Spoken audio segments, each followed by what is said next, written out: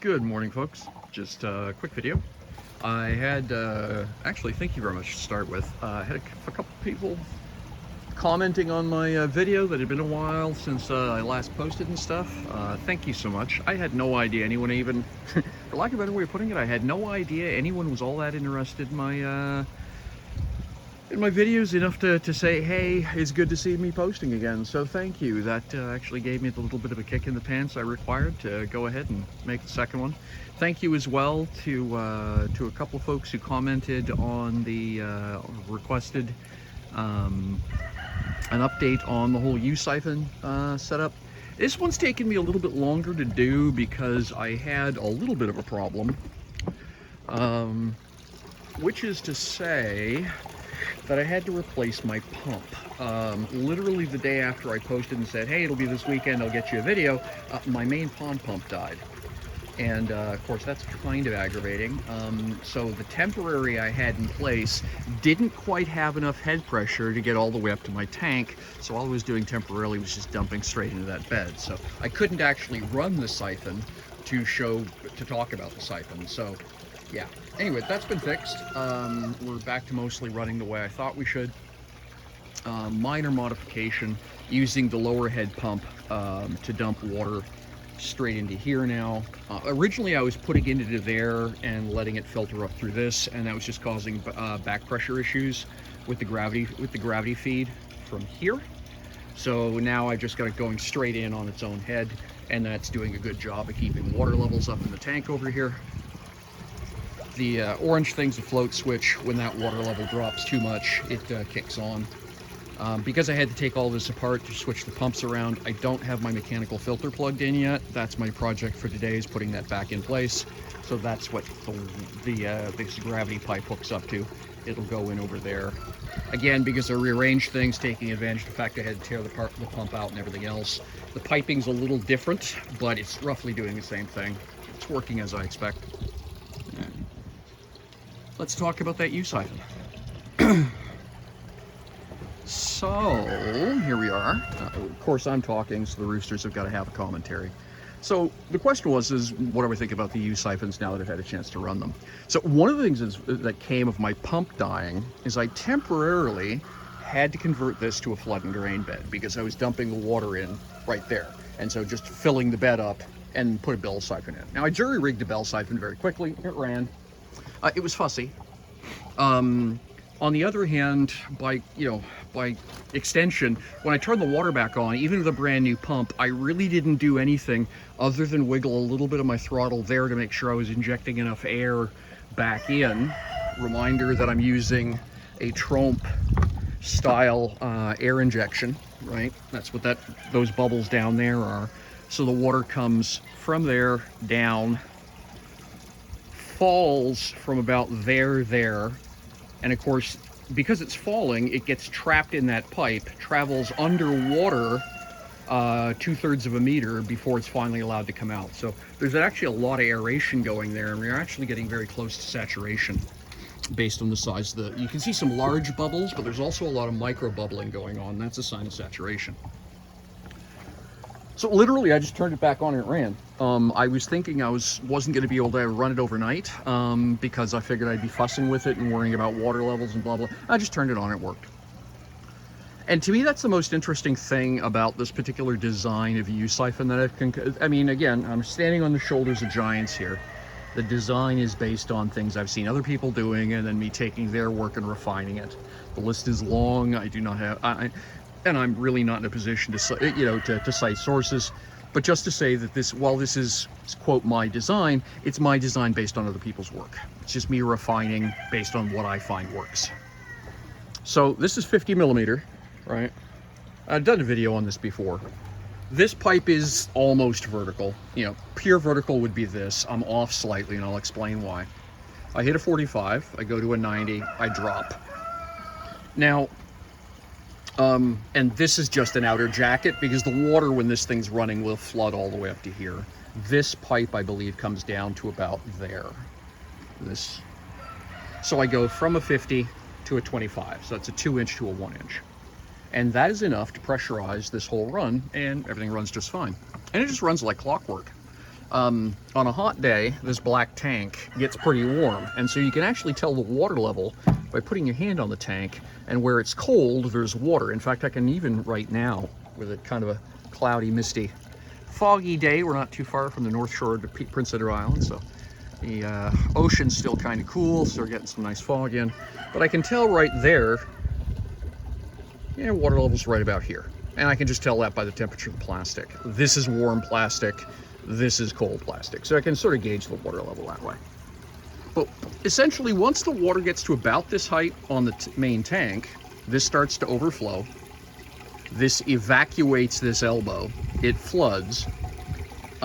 This restriction here, this 50% restriction, it's a 2-to-1 restriction, right?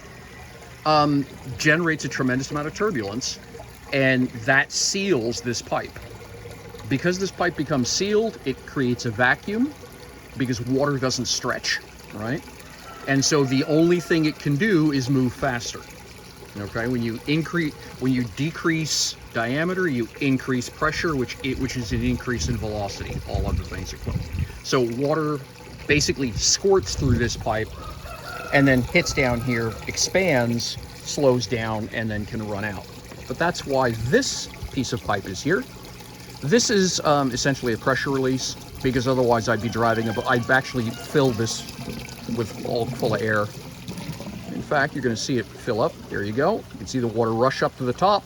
So this whole thing, that's the height of the water in the tank right now. And you can see over here, there's water pouring out right there. Right? So, and you know, same thing over there. It's just that that end is buried in the gravel. I think if we look down here, yeah, you can see the tank. You can see it filling up.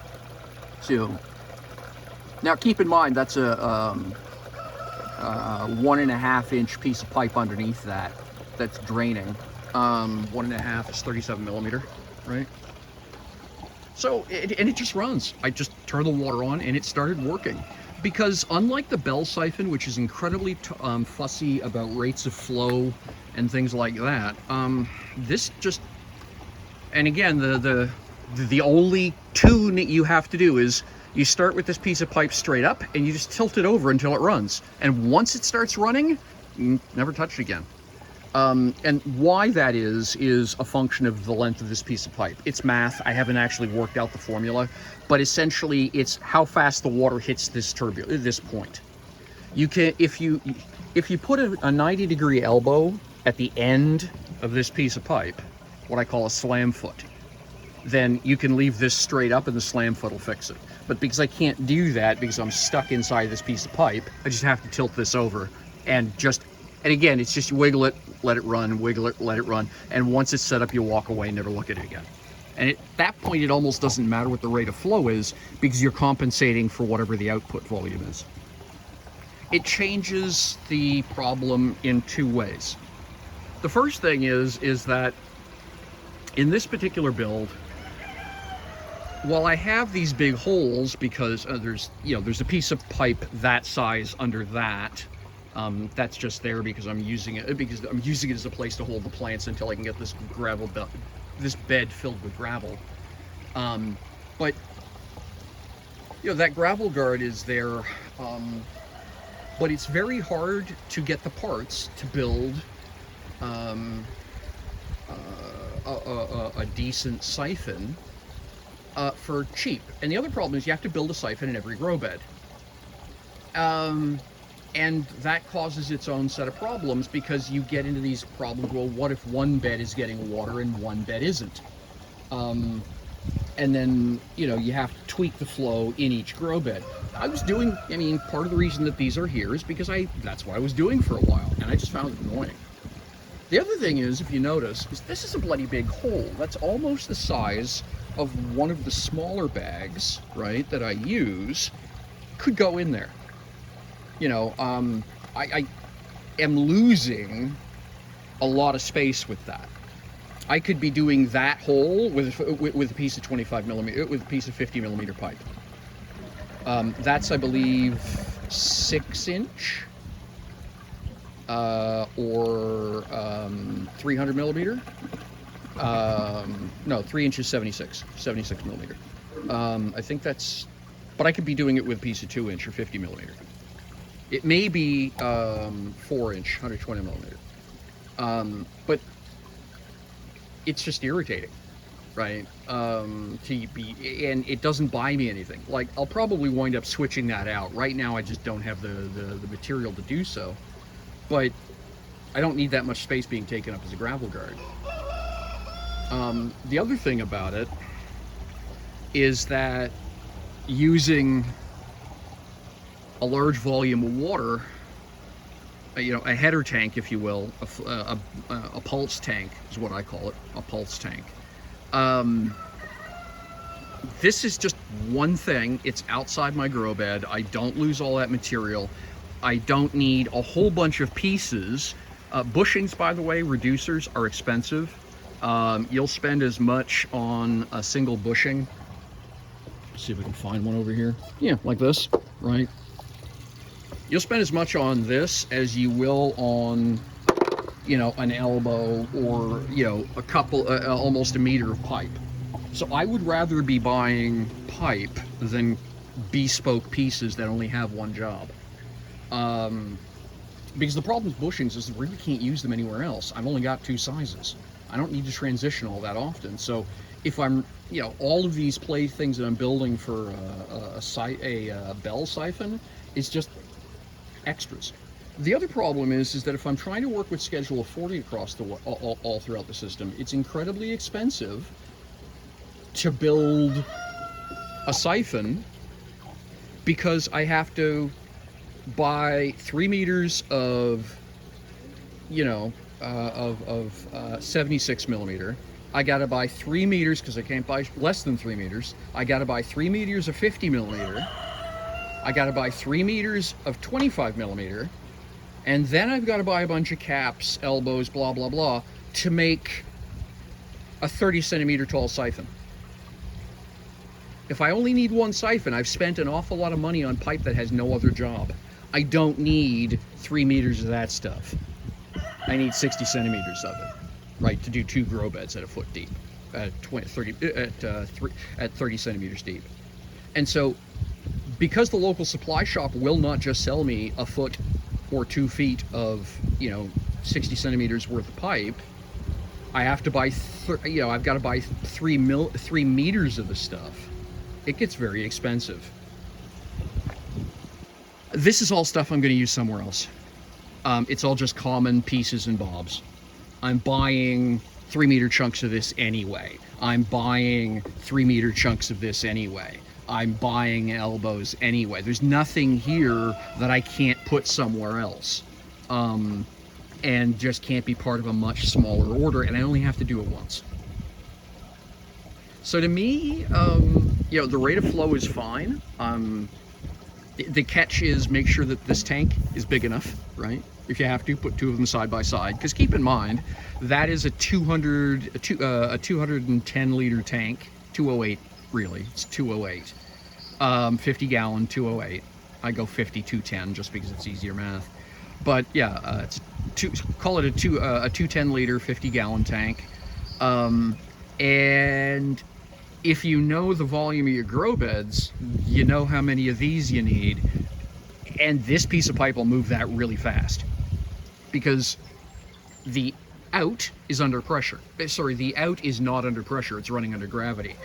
This piece of pipe is running under pressure, right? And if you need more pressure, just mount the barrel a little higher. That's, you know, I'm sitting, because every 60 centimeters is about a PSI. So you can sort of guess, you know, here down to there, I get about 1 PSI pressure.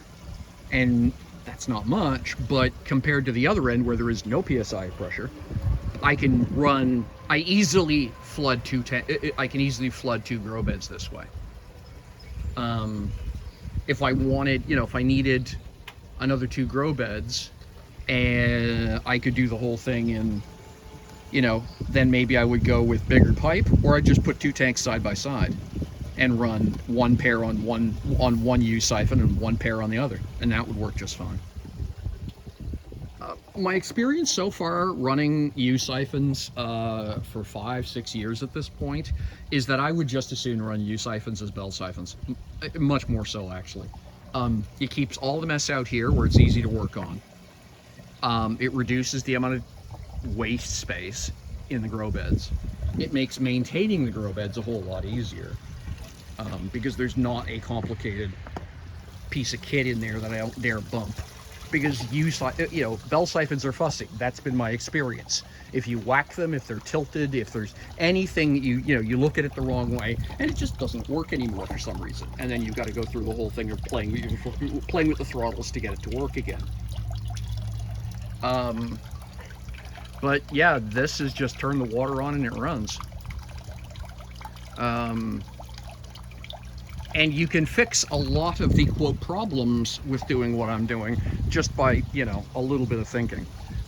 Again, each grow bed feeds a pair of these pipes, and each pair of pipes is joined at the far ends by, so that essentially this is one logical unit. So the water level on both sides goes up and down at the same time. So this floods and drains at a nice easy space. There's a constant volume of water moving. The grow bed drains at a nice constant pace. All of the problems that I'm used to dealing with bell siphons, which are very much, you could never tell when a grow bed was going to cycle. Grow beds would be cycling at different times, stuff like that. Just a pain in the backside.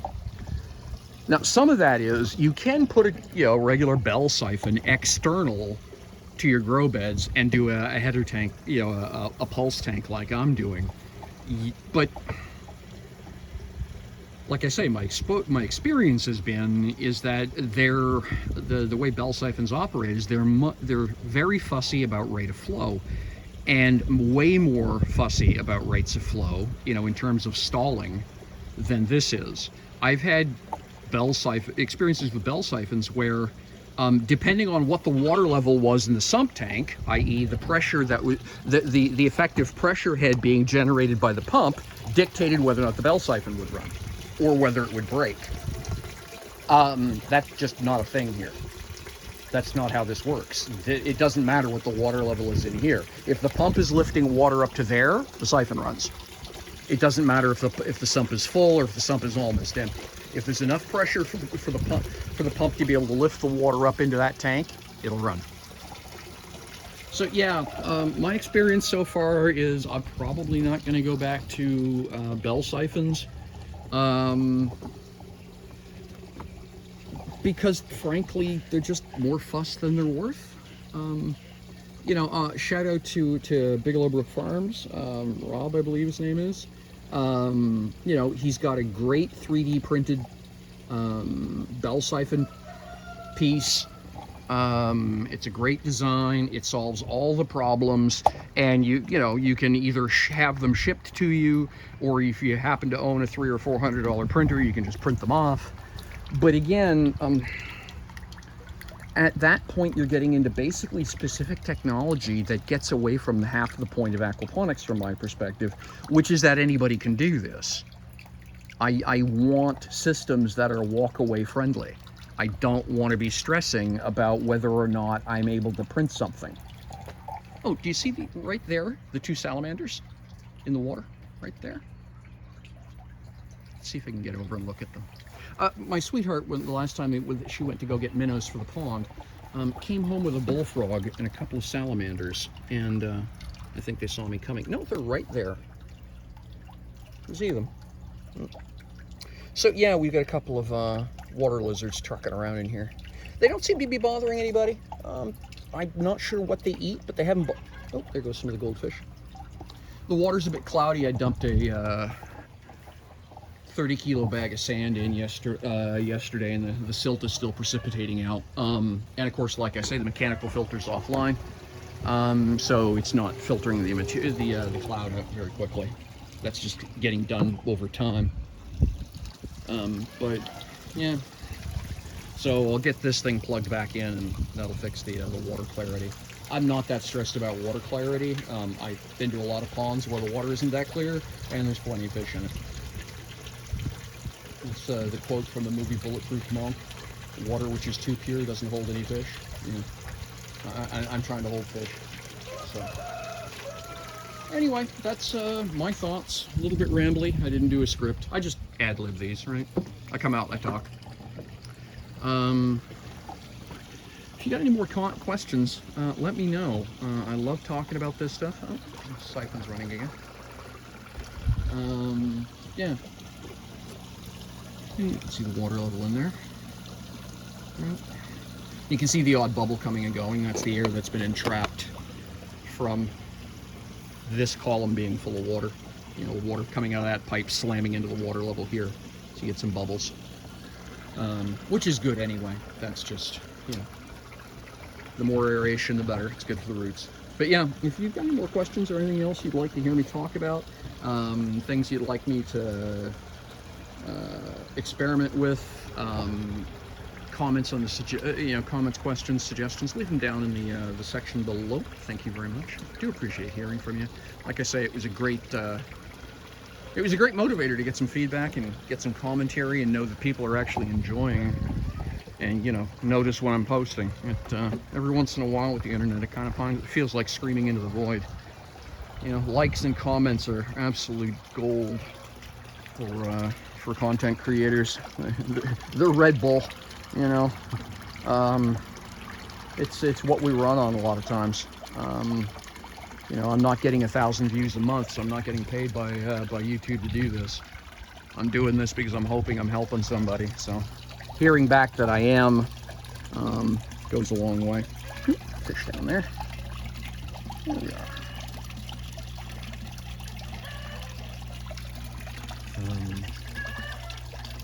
Got to do some lawn mowing today. After that, I'm going to be building a floating island for the pond.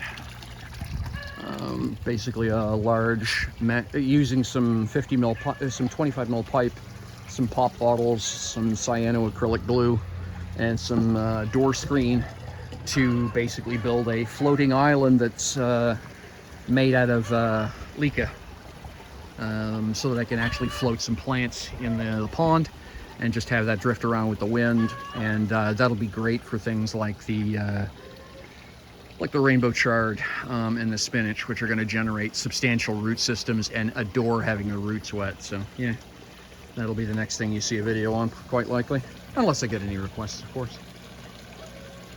Yeah. Oh, one other thing. I made a mistake. I want to tell everybody about it.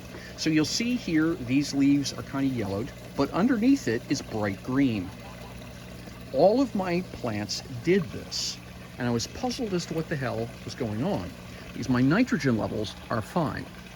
Yellow leaves are usually a nitrogen problem, and it turns out they are a nitrogen problem, but not the reason I thought. I planted the plants too short and then didn't water. When you're doing this bag and bucket, I'd forgotten that what you have to do is when they first go in, because the roots are very short, they don't necessarily, and the leca is dry, you're not going to get a lot of wicking happening initially. What you actually have to do is, for the first few days, until you start seeing new growth at the top of the plant, is take water out of your pond and water the individual bags. What that does, of course, is it primes the leca, provides nutrition to the plants while they're expanding their root system into the leca to reach the water in the bag and bucket. I forgot to do that, so I'm essentially going to suffer. I probably suffered about a week setback in terms of growth. I lost my ruby sage. I'll have to replace that. Same problem. Planted it too shallow, didn't water it, the roots dried, it died. So everything looks a little bit yellow, but that's an operator error. That's not a problem with the system. Okay.